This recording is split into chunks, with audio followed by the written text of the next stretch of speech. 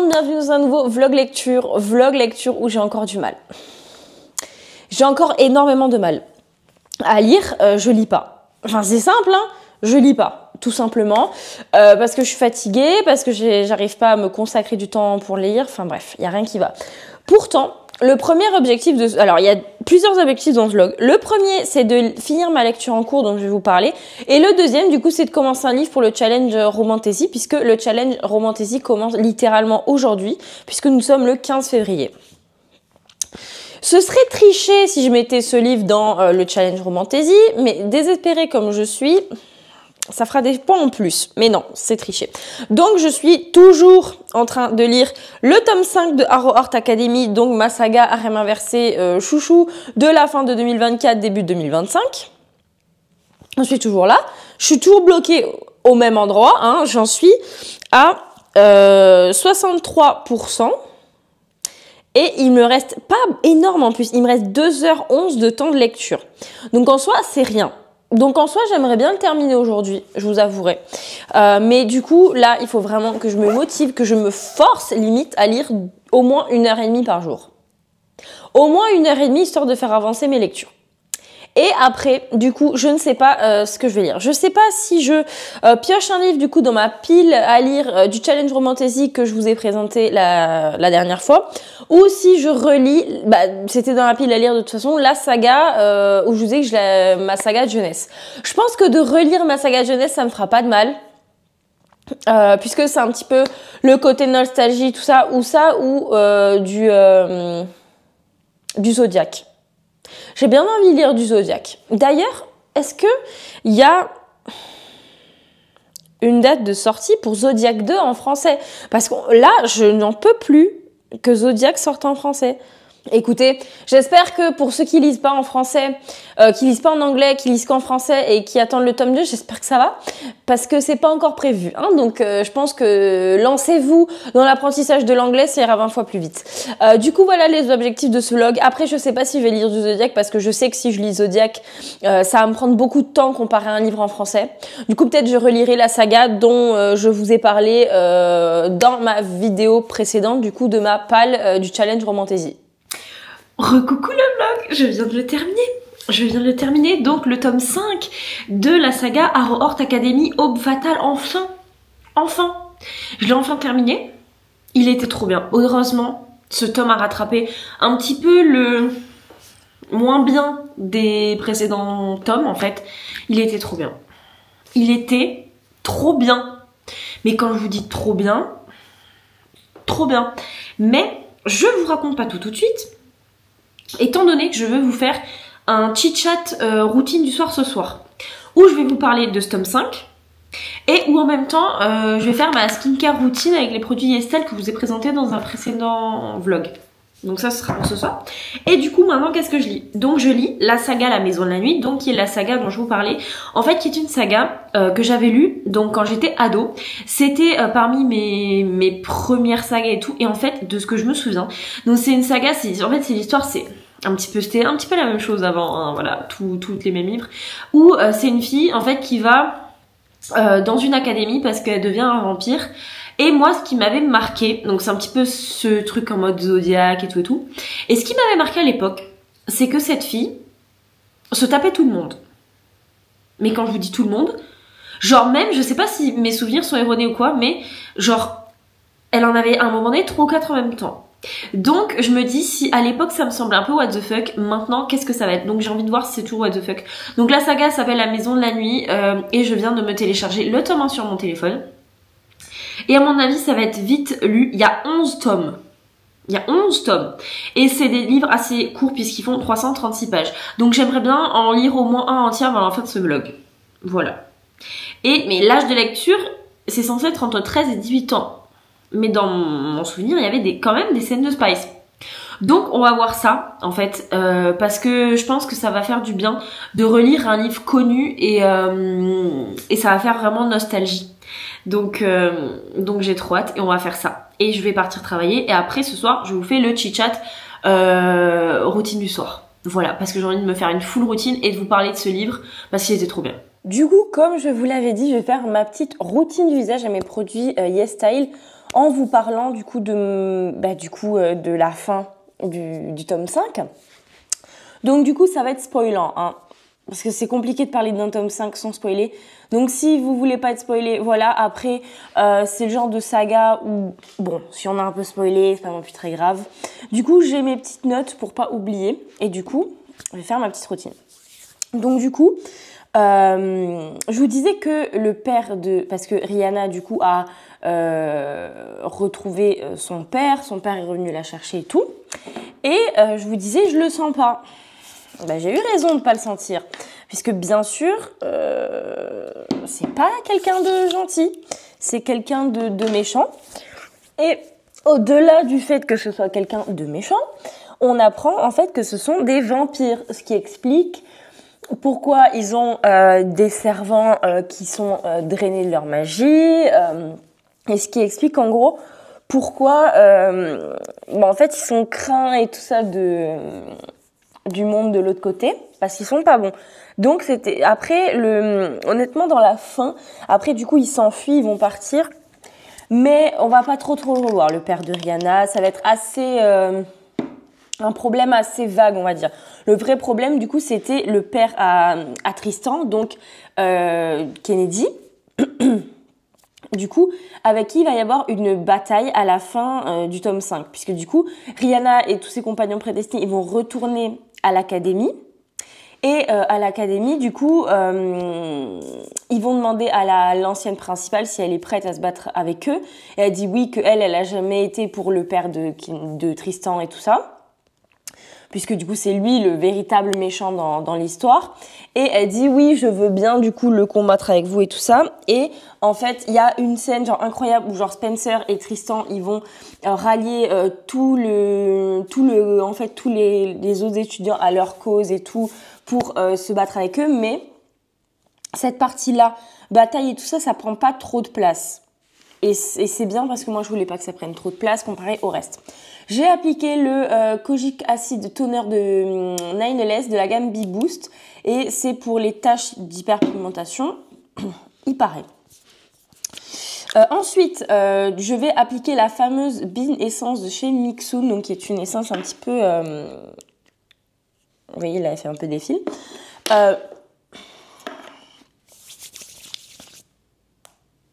Et du coup, il y a eu un truc aussi qui m'a fortement plu. Mais quand je vous dis fortement plu, parce que du coup, ils vont dormir tous ensemble dans la chambre de Tristan la journée avant le gros combat final. Et bien sûr, j'aurais été déçue s'il n'y avait pas eu une scène de Spice à 5. Enfin, à 5.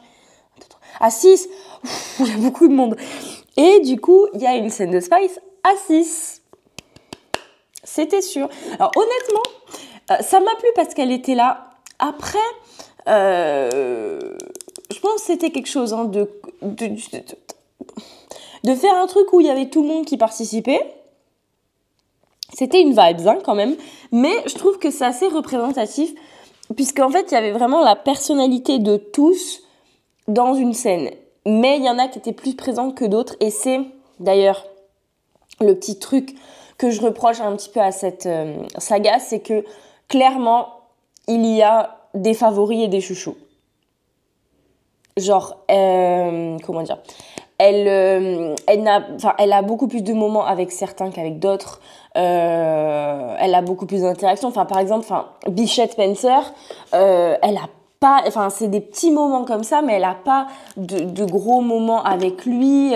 Elle est moins proche de lui et tout. Donc, je trouve vraiment que il y a des chouchous.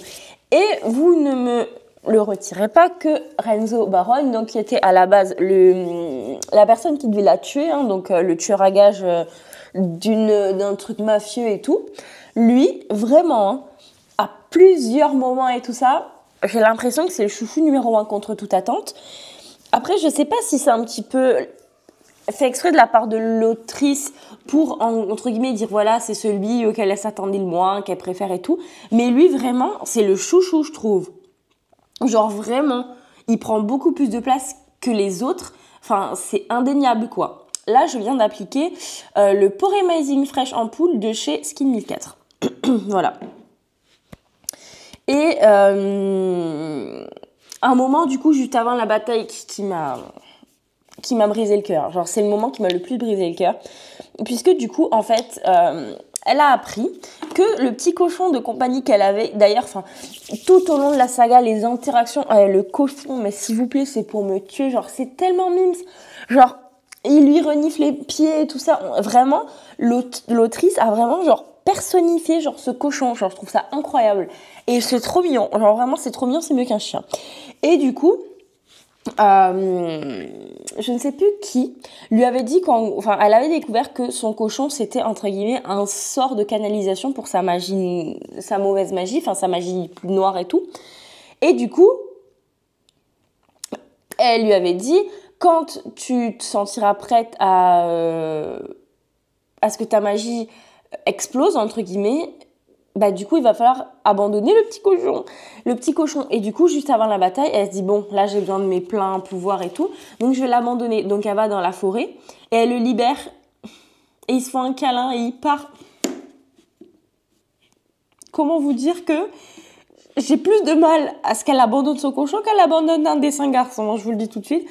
Et je trouve ça trop triste. Et surtout je m'étais dit bon ça va être juste une histoire pour la bataille et tout, mais après il va se passer un truc qui va faire qu'il va revenir genre de je sais pas où, en mode c'est bon maintenant. Et non, il revient pas, je vous le dis tout de suite, ça revient pas. Donc ce que j'ai appliqué là, donc c'est la même gamme, donc c'est la Poremazing, c'est le Light Gel Cream de Skin 1004. Et après, il y a 2 épilogues. Un épilogue 6 mois plus tard, bon ça c'est intéressant mais sans plus, où on voit juste en fait que ils travaillent tous un petit peu chacun de leur côté et Tristan notamment, ouais je crois que c'est Tristan et du coup Aslan, donc son cousin Tristan, vont travailler entre guillemets, enfin c'est eux qui vont diriger, qui vont travailler avec les négociations et tout et tout.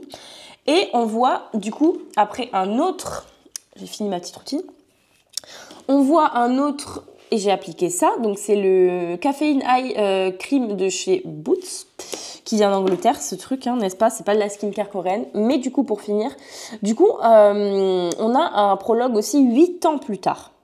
Et lui, il m'a tué. Parce qu'on voit que elle et Spencer, et du coup Stone, ils sont profs à l'académie.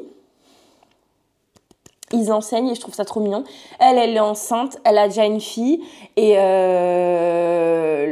est enceinte et ils sont en mode on s'en fout de qui est le père et tout ça parce que c'est notre bébé à tous. Ils sont tellement trop mimes entre eux. Je vais mourir. Et ça finit là. Et ça finit là sur la famille de 6 personnes. Chacun a trouvé sa voie, chacun a trouvé son métier, chacun est posé et tout. Je trouve ça vraiment trop cool. Donc, j'ai trop aimé cette saga. Le tome 5 a bien rattrapé. Je vous le dis sincèrement, il a vraiment très bien rattrapé. Le tome 3 et 4 où j'étais un petit peu... j'aime moins. C'était trop bien. C'était vraiment trop bien. Je viens de finir ma routine en même temps que je vous parle. Donc, c'est pile poil timing. Et du coup, là, comme je vous l'ai dit, je vais entamer le tome 1 de La Maison de la Nuit pour me replonger dans cette saga de jeunesse. Voilà. Moi et ma superbe glass skin du soir, on revient pour faire un petit update lecture. J'ai pas mal avancé. Ouais, j'ai une glass skin parce que je viens de faire mes soins. Je sais pas si ça se voit tant en caméra, mais si je brille, c'est normal. Je l'ai bien avancé, hein. Et la panne de lecture, on commence à me dire au revoir. J'en suis à pile 50%. Au chapitre 17, pile 50%. Je suis en train de le dévorer. Ça se lit tellement vite. Déjà, il est pas long. Genre, il fait 300 et quelques pages. Et c'est quand même... Enfin, c'est jeunesse sans être jeunesse. Enfin, c'est pas jeunesse. Hein. Du coup, on va dire c'est young adulte, plus ou moins.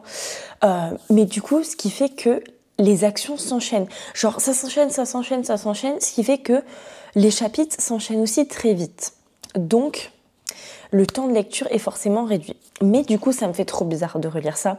Je suis très nostalgique. Tellement nostalgique, en fait. Parce qu'en fait, du coup, on va suivre donc une jeune fille qui est dans le monde des humains, donc qui est censée être une humaine, qui vit dans son lycée, ça se passe mal avec sa mère et son beau-père, etc., etc. Elle est juste proche de sa grand-mère. Et en fait, elle sait... Enfin, ils connaissent l'existence des vampires. Et en fait, il y a des gens qui s'appellent les trackers, qui viennent de temps en temps et qui viennent, entre guillemets, choisir, élire quelqu'un qui va devenir vampire et qui doit aller... donc du coup dans une autre école, donc qui s'appelle l'Académie de la Maison de la Nuit, donc qui est une école pour vampires, pour réussir la transformation ou mourir. Et notre jeune fille va se faire marquer. Et elle va devoir aller à la maison de la nuit et déjà elle n'est pas comme les autres étant donné que sa marque, normalement, donc en fait la marque c'est un croissant lune sur le front et normalement la marque est vide et elle se remplit donc quand on devient vampire, sauf qu'elle est déjà remplie. Donc du coup déjà elle arrive donc dans cette nouvelle école, elle sait pas trop où elle campe, tout est nouveau pour elle et tout ça et déjà elle va se faire dévisager puisque sa marque est particulière. Ensuite elle va découvrir donc la grande prêtresse donc la directrice de l'école, elle va découvrir sa coloc de chambre donc qui va devenir sa meilleure amie, etc., etc. Il y a le groupe un petit peu des pains bêches avec la pain bêche qui sort à moitié avec le garçon le plus beau du lycée, etc., etc.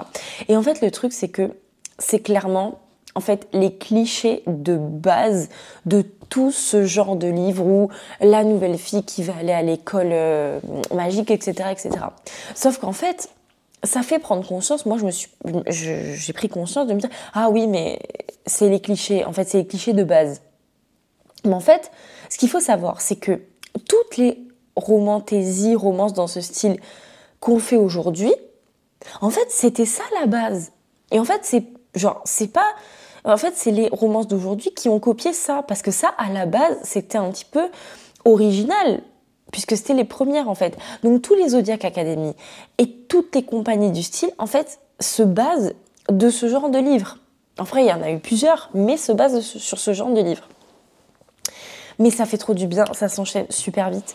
Par contre ce qui me perturbe énormément, en fait il y a plusieurs trucs. Donc du coup tout se passe très vite. Genre elle va avoir déjà 2-3 interactions avec Eric, donc qui est le garçon le plus beau, le plus populaire de l'école et qui est censé sortir avec la pain bêche. Sauf que déjà, ce qui me perturbe, Eric, juste Eric, genre son prénom.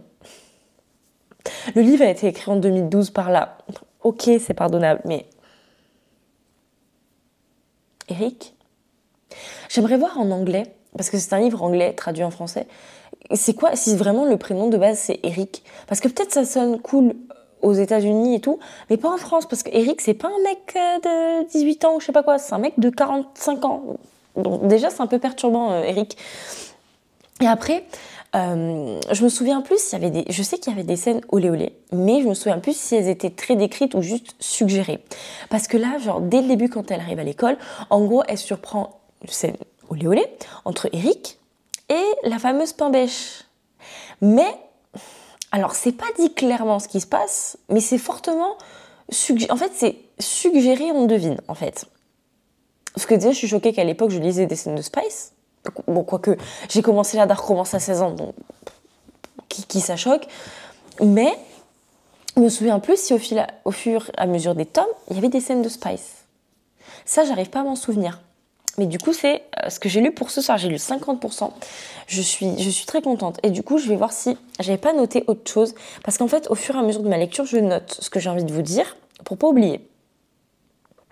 Pour pas oublier du tout. Donc ça, c'est ce qui m'était revenu. Mais oui, par contre, voilà, c'est ça. Ça, c'est très important. Du coup, notre personnage donc, principal, donc Zoé, elle a des fois des réactions un petit peu de gamine, puisque, genre, littéralement, avec son Eric, là, genre, ils ont échangé genre 3 regards et demi, mais vraiment, genre pas plus 2-3 regards et demi. Et déjà, elle est en mode, elle se retrouve à un rituel, donc du coup avec le lapin bêche et son groupe et Eric, et elle est en mode, oui, mais j'ai l'impression qu'elle va remarquer qu'il y a une connexion entre nous, qu'il s'est passé quelque chose et tout. On a envie de dire, relax Max, il s'est rien passé, genre il t'a regardé une fois, enfin il t'a regardé 2 fois peut-être, vous êtes même pas souri, vous êtes à même parlé, donc il s'est passé un truc, enfin redescend quand même quoi. Donc c'est cet aspect-là où elle est un petit peu immature, même si elle est lycéenne, donc elle est censée être un peu mature quand même. Mais sinon bref, je suis très nostalgique et ça fait du bien en fait de se replonger dans ce genre de livre. Et sinon, j'ai fait une découverte aujourd'hui que je n'aurais jamais dû faire. J'ai découvert une marque de liseuse qui s'appelle Big Me et qui fait des liseuses format téléphone en couleur. Comment vous dire, j'aurais jamais dû tomber sur ça. Donc c'est une liseuse donc, qui fait littéralement à peu près une taille téléphone. Et je trouve ça méga pratique. Je trouve ça méga pratique parce qu'on peut tout le temps la garder dans le sac et c'est plus discret, je trouve, pour lire par exemple au travail, quand on n'a rien à faire, qu'une liseuse comme ça, quoi. Qui est là, donc la Amazon qui se fait plus d'ailleurs, où je suis bien triste. Hein. Donc c'est pour ça que quand elle bug un peu, je prie en fait pour qu'il lui arrive rien, parce que celle-là, elle n'existe plus. Donc celle-là avec le petit rebord et les boutons et tout, elle n'existe plus. Donc j'en prends bien grand soin.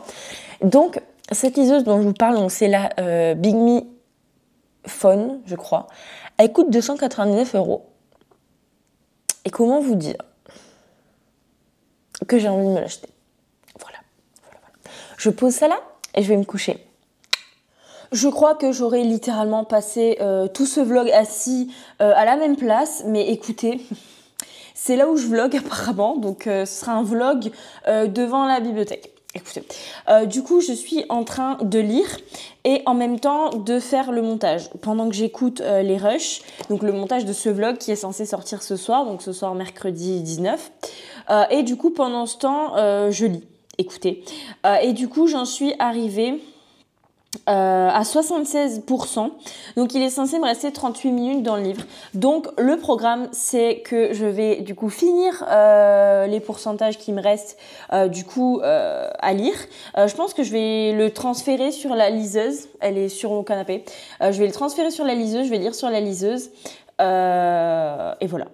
Mais du coup, comme prévu, en fait, je vois les problèmes, entre guillemets, dans ce livre. Et c'est vraiment les livres à l'ancienne, en fait. Tout va très vite, genre vraiment extrêmement vite. Et rien que là, le premier tome, en fait, ça se passe sur pas si longtemps que ça. Genre au niveau du time-lapse, genre je pense que ça doit être 1 ou 2 semaines, genre même pas. Et c'est vrai que je trouve que la fille est assez immature. Et du coup, à un moment donné, il y a une scène, du coup, avec son ex-petite amie, du coup, de son lycée humain, entre guillemets, où, en fait, ils viennent avec son ancienne meilleure amie, du coup, dans l'école de la maison de la nuit pour la sauver et tout ça et tout ça. Pareil, immaturité, bonjour. Parce qu'ils comprennent pas qu'en fait, elle a besoin, du coup, maintenant, d'être dans cette école-là parce que, ça va devenir une vampire. Il y a toujours aussi ce truc au niveau de sa marque où elle a des trucs spéciaux et tout, mais bon, ça, je vous en parle après.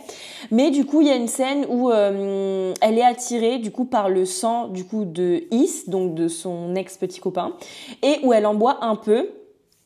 Parce qu'elle se sent grave attirée et tout, et elle va en parler du coup à la directrice qui va dire oui, je pense pas que t'aies créé de lien et tout ça, mais si en fait elle a créé un lien, parce qu'en fait c'est un monde où quand un vampire boit directement à la source entre guillemets d'un humain, ça crée un lien genre super fort entre eux, où ce qui fait que l'humain est presque dépendant au vampire, et ça crée un lien super fort, et c'est pas forcément positif, on va dire. C'est pour ça que genre ça peut être condamnable avec un vampire déjà développé et tout. Et du coup, la directrice, elle est en mode non, je pense pas que ça ait créé le lien, alors que si. Mais je me souvenais plus que ça arrivait si vite. Genre pour moi, je sais pas pourquoi j'avais le souvenir que c'était au tome 3 ou 4 que ça arrivait, ça, mais je pensais pas que ça arrivait si vite. Mais je sais qu'après, il va y avoir, où elle va du coup être super proche de lui par rapport à ce lien. Alors que vraiment dans le tome 1, genre c'est un pauvre mec quoi, un peu, parce qu'il boit, il se drogue, enfin il est pas forcément ultra respectueux envers elle et tout. Donc bon, voilà. Et juste après, du coup, il y a une scène avec Eric, mais ça va tellement vite entre eux. Genre c'est abusé, parce qu'en fait, et pareil là, je trouve que c'est un défaut, parce qu'en fait ça va tellement vite. En fait, il se passe tellement, enfin ça va vite, mais en même temps il se passe rien. Enfin, c'est des petits trucs de lycée. Vous voyez, genre, il va lui faire un bisou sur la main. Enfin, il va la regarder 3 fois et tout. Et genre, elle est en mode, oh là là, il se passe un truc, il y a trop de complicité, nani nana et tout. Alors qu'il y a rien. Il y a littéralement rien. Et genre, il y a rien.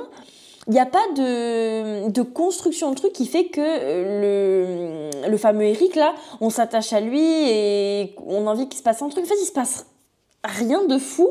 Et il se passe rien de fou. Et du coup, on sent pas trop la complicité entre les deux. Et je trouve ça dommage. Mais après, je vous dis les défauts, mais en vrai, ça passe très vite, ça se lit super bien, super fluide. Et aussi, on voit qu'elle est spéciale, mais la façon dont elle se considère elle-même comme spéciale est très grossièrement faite. en fait.